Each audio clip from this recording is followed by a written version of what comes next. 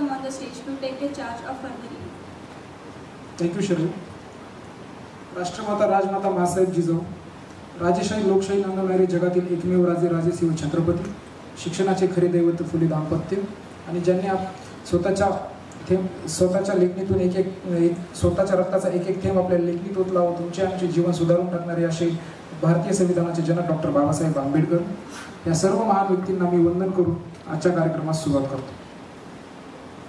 आजचा विषय हिंदवी स्वराज्याची पहिली राजधानी राजगड. इतिहासाच्या पानात झळकणारा वीर गाथांमध्ये एक नाव उजळून दिसतो, राजगड, जिथे छत्रपती शिवाजी महाराजांनी आपल्या अश्वत्थ धैर्याने आणि दूरदृष्टीने हिंदवी स्वराज्याचा पहिला पाया घातला. एक किल्ला, एक स्वप्न आणि स्वातंत्र्याच्या अद्वितीय संग्रामाची सुरुवात. इतिहासात काही ठिकाणं केवळ भौगोलिक स्थान नाही, तर ती स्वातंत्र्याच्या स्वप्नांची प्रेरणा असते.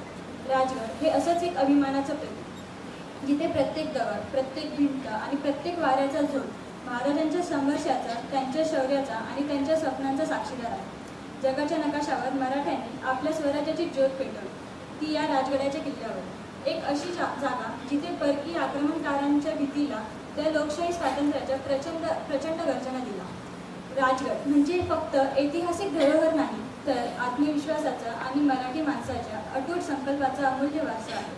राजगड, जिथून प्रेरणा घेऊन आपण आपल्या शिक्षणात, जीवनात आणि समाजात नवे सूर घेऊ शकतो. सर्वात महत्त्वाचं म्हणजे आपण देखील या महान परंपरेचे वारसदार आहोत आणि आपल्या कर्तव्याने स्वप्नाला पुढे नेण्याची जबाबदारी आपल्यावर आहे. राजगडासाठी एक चारोळी बोलू इच्छितो. सह्यगिरी मुकुट तुझा, दुर्ग दुर्ग बिकट तुझा. सह्यगिरी मुकुट तुझा, दुर्ग दुर्ग बिकट तुझा. सागर तट हा विशाल शोभतो अनंत काळ. मोहकाती रूप तुझे, छत्रपती भूक तुझे. हश्म हश्म सह्यगिरी समाक्षरे असे उरी. गुणजन तव रत्नखान गुणरत्ना ये उधान. लक्ष शत्रू येई जरी मराठा जोर करी. यासव देतात प्राण पडको भगवीत शान. भाग्यविंत मीच खरा मम भाली पुण्य धरा. निष्ठेचे वचन तुला हे जननी नमन तुला, हे जननी नमन तुला. With these short lines, we will introduce our chief guest Dr. Kalyan Mali sir. Doctor Kalyan Mali sir हे देवगिरी महाविद्यालयातील 1995 पासून भौतिकशास्त्र विभागात प्रमुख म्हणून कार्यरत आहेत. सरांनी अनेक किल्ले पायी सर केलेले आहेत. सरांनी राजगड, हिंदवी स्वराज्याची पहिली राजधानी, हैदराबाद मुक्तीसंग्राम व सरसेनापती संताजी घोरपडे असे अनेक विषयांवर असंख्य व्याख्याने दिलेली आहेत. मी सरांना विनंती करतो की सरांनी आपल्याला मार्गदर्शन करावे.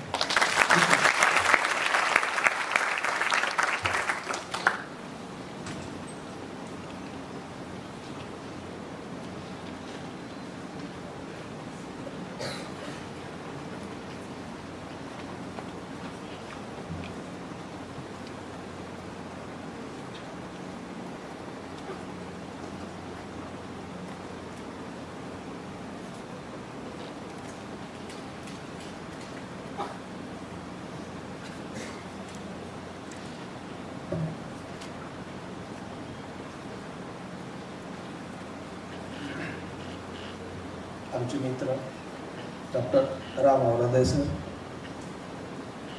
बाकीचे सर्व स्टाफ आणि विद्यार्थी मित्रांनो आणि मैत्रिणींनो, खरं म्हणजे इंडक्शन प्रोग्राममध्ये छत्रपती शिवाजी महाराज किंवा त्यांचे गड किल्ले का घ्यायला पाहिजे असं तुम्हाला वाटत असेल, पण आपण आत्ता जे जगत आहोत त्या जगण्यामध्ये आपण ज्या ज्या चांगल्या गोष्टी करत आहोत त्या त्या चांगल्या गोष्टीमागे नक्कीच छत्रपती शिवाजी महाराजांची प्रेरणा आहे. छत्रपती शिवाजी महाराज हे खरं तर आपले रियल हिरोज आहेत. आपण सध्या व्हर्च्युअल हिरोजकडे जास्त अट्रॅक्ट होतो. त्यामध्ये सलमान, काय सुपरमॅन, स्पायडरमॅन किंवा ते दक्षिणेतले विजय दलपती, अजून काय हिरो असतील किंवा तिकडच्या हिरोईन्स असतील, हे आपल्याला असे आपल्या जीवनाचे नायक वाटायला लागतात. Actually all these are virtual heroes. ते फक्त स्क्रीनवरच हिरोगिरी करू शकतात. आपल्या आयुष्याचा हिरो म्हणजे आपले छत्रपती शिवाजी महाराज असायला पाहिजे. एक एक गोष्ट त्यांच्या आयुष्यातली, एक एक घटना आपल्याला कसं जगायचं, कसं वागायचं, कसं काम करायचं हे शिकवते मित्रांनो. शिवाजी महाराजांवर खूप सारं बोलण्यासारखं आहे, शिवाजी महाराजांवर खूप सारं वाचण्यासारखं आहे. आपल्याला इंडक्शन प्रोग्राममध्ये एक लिमिटेड वेळ दिलेला आहे. या वेळेमध्ये मी शिवाजी महाराजांच्या राजगड या किल्ल्याविषयी आपणासमोर माझे मत मांडणार आहे, माझं प्रेझेंटेशन मांडणार आहे. खरं म्हणजे हा जो राजगड किल्ला आहे, हा राजगड किल्ला मी तुम्हाला सांगत असताना शिवाजी महाराजांच्या काही पैलूंचा उलगडा पण तुमच्यासमोर मी मांडणार आहे. आणि हे जे पैलू आहेत, या पैलूंपैकी बऱ्याचशा पैलू तुम्हाला तुमच्या भावी आयुष्यासाठी नक्कीच कामाला येणार आहेत, नक्कीच प्रेरणादायी ठरणार आहेत. मित्रांनो, याचं जे टायटल आहे माझ्या प्रेझेंटेशनचं, हिंदवी, हे जे टायटल आहे, हे टायटल हिंदवी आणि हिंदू या दोघांमध्ये खूप सारा फरक आहे. हिंदू आणि हिंदवी याचा अर्थार्थी काहीही संबंध नाही. मला व्हॉट्सॲपवर, फेसबुकवर, इंस्टाग्रामवर, अजून काही जे सोशल मीडियाज तुम्ही वापरत आहात त्यामध्ये हिंदवी आणि हिंदू असं सरमिसळ करून टाकतात. पण आपण मात्र ते डोक्यातून बाजूला काढून टाकायचं. हिंदवी या शब्दाची डेफिनेशन आपल्याला जयसिंगराव पवारांनी खूप छान पद्धतीने त्यांच्या एका पुस्तकामध्ये लिहिलेली आहे. ते म्हणतात की महाराष्ट्रातील मराठे म्हणजे महाराष्ट्रातील भूमिपुत्र, त्यात सर्व जाती धर्माच्या लोकांचा समावेश होत होता. पाटील, कुलकर्णी, देशमुख, देशपांडे एवढंच नव्हे तर 18 पगड जाती, अलुते बलुते, समस्त रयत लोक या सगळ्यांचा मिळून मराठा बनत होता. तुम्ही बघा, शिवाजी महाराजांच्या सैन्यामधले जे काही सैनिक असतील, मग ते नूर बेग असेल, सिद्दी हिलाल असेल, याला मराठीच म्हणायचे. त्यांचा जो गोलंदाज होता, गोलंदाज म्हणजे बॉलर नव्हे, गोलंदाज म्हणजे तोफखाना प्रमुख जो होता, इब्राहिम खान, त्याला पण मराठीच म्हणायचे. बाजीप्रभू देशपांडे याला पण मराठीच म्हणायचे. मदारी मेहतर हा पण मराठाच होता. किंवा बहिर्जी नाईक हा सुद्धा मराठा, जरी तो जातीने रामोशी असेल, शिवा काशी जातीने काही असू दे, त्याला मराठाच म्हणायचे. म्हणजे या भूमीवरचे, या महाराष्ट्रात राहणारे सगळेच लोक यांना मराठी म्हणायचे. मग त्याची डेफिनेशन करताना, त्याचा विस्तार करताना हिंदवी हा शब्द याच अर्थाचा विस्तार करतो. या देशातील, हिंदुस्थानातील भूमिपुत्रांचं राज्य, आपलं राज्य, ऐक्य देशांचं राज्य म्हणजेच हिंदवी स्वराज्य. मित्रांनो, या सेशनमध्ये मी तुम्हाला राजगडच का सांगावा, त्याचे 4 कारण माझ्यासमोर आहेत. पहिलं कारण म्हणजे ज्या महापुरुषानं आपण कसं, कशासाठी आणि का जगायचा हा मूलमंत्र दिला, महामंत्र दिला, त्या छत्रपती शिवाजी महाराजांची पहिली राजधानी म्हणजे राजांचा गड आणि गडांचा राजा. मित्रांनो, अवघ 50 वर्ष आयुष्य लाभलेले शिवाजी महाराज, 1630 जन्म, 1680 मृत्यू, 50 वर्ष आयुष्य लाभलं. या 50 वर्षांपैकी शिवाजी महाराज 1647 ते 1672 म्हणजे जवळपास 26 वर्ष, सुरुवातीचा बालपणीचा काळ, शेवटचे रायगडावरचे 8 वर्ष, एवढा जर भाग सोडला तर सगळं आयुष्य शिवाजी महाराजांचं याच किल्ल्यावर गेलेलं आहे.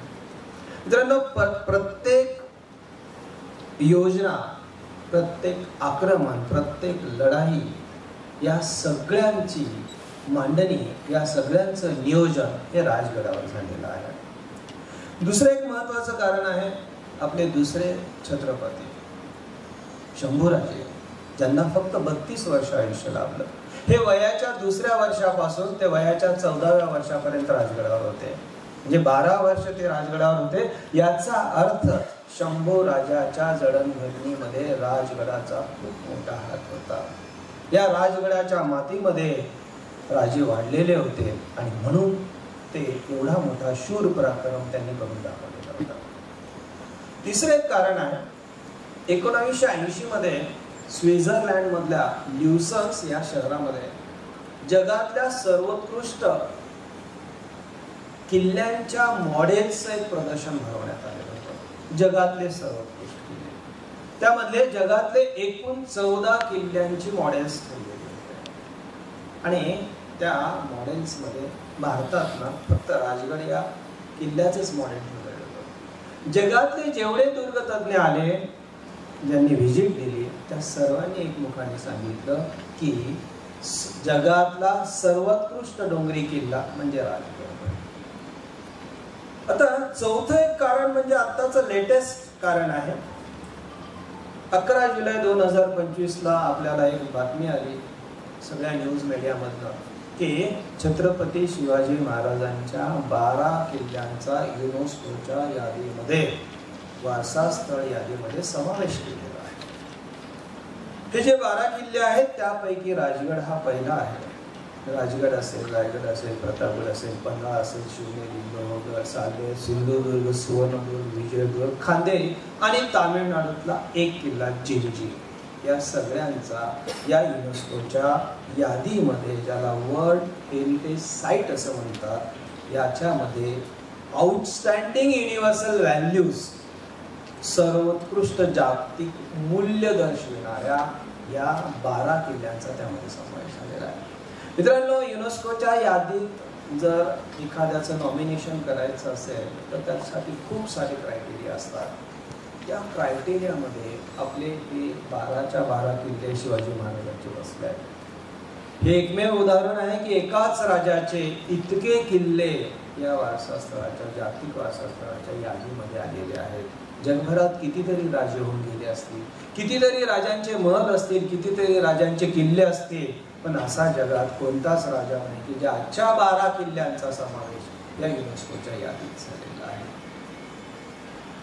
या यादीमध्ये समाविष्ट होण्यासाठी 2 कलमांचा विचार केला गेला होता.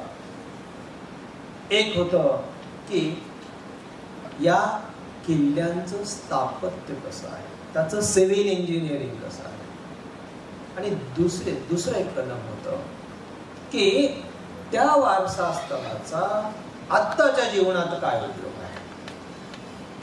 सिव्हिल इंजिनिअरिंग माझ्या प्रेझेंटेशन मधनं तुमच्या लक्षात येईलच की ते कसं उत्कृष्ट सिव्हिल इंजिनिअरिंग होतं, उत्कृष्ट स्थापत्याचा तो नमुना आहे, हे तुम्हाला लक्षात येईलच किंवा तुम्ही तिथे भेट दिल्यानंतर पण येईलच. पण त्या वारसा स्थळाचा, त्या किल्ल्याचा आत्ता काय उपयोग आहे, आत्ता काय सध्याच्या चालू जीवनामध्ये त्याचा काय उपयोग आहे. तर मित्रांनो, शिवाजी महाराजांनी 1600 मध्ये